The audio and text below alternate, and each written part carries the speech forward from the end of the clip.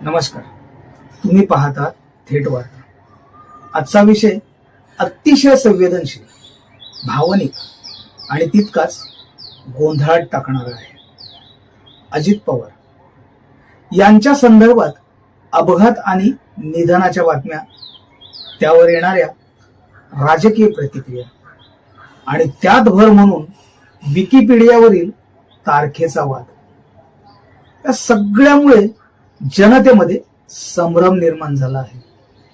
या प्रकरणात नेमकं काय होतंय, राजकारण का तापतंय आणि विकिपीडिया वाद म्हणजे नेमकं काय प्रकरण आहे, चला शांतपणे आणि तथ्यांच्या आधारावर समजून घेऊया.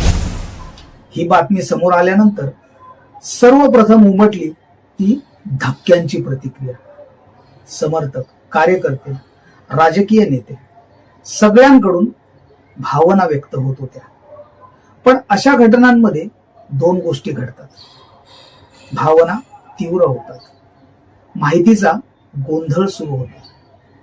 सोशल मीडियावर पोस्ट, मेसेज, स्क्रीनशॉट्स, ब्रेकिंग दावे यामुळे सत्य आणि अफवा यांची सरमिसळ होते.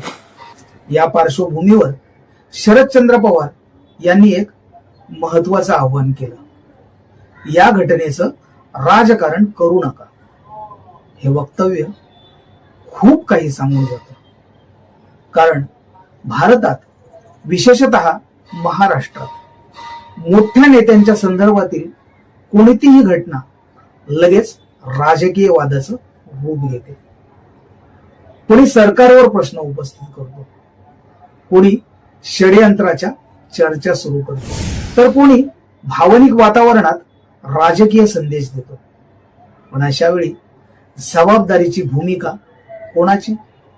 नेत्यांची, माध्यमांची आणि नागरिकांची, तिघांचीही. आता येऊया त्या मुद्द्यावर ज्याने सोशल मीडियावर वेगळाच गोंधळ घातला. विकिमीडियावरील तारीख.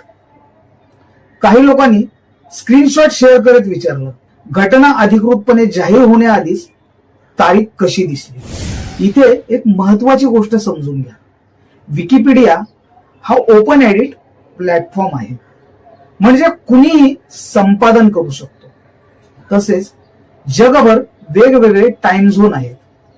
एका देशात तारीख बदलली असते तर दुसऱ्या देशात अजून मागचा दिवस असतो. कधी कधी चुकीची माहितीही काही काळ दिसू शकते. म्हणून विकिपीडिया म्हणजे अंतिम अधिकृत स्रोत नाही, तो एक संदर्भ मंच आहे, पुरावा नाही.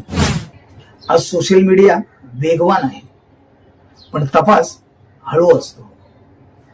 पहिली पोस्ट व्हायरल होते, नंतर सत्य शोधलं जातं.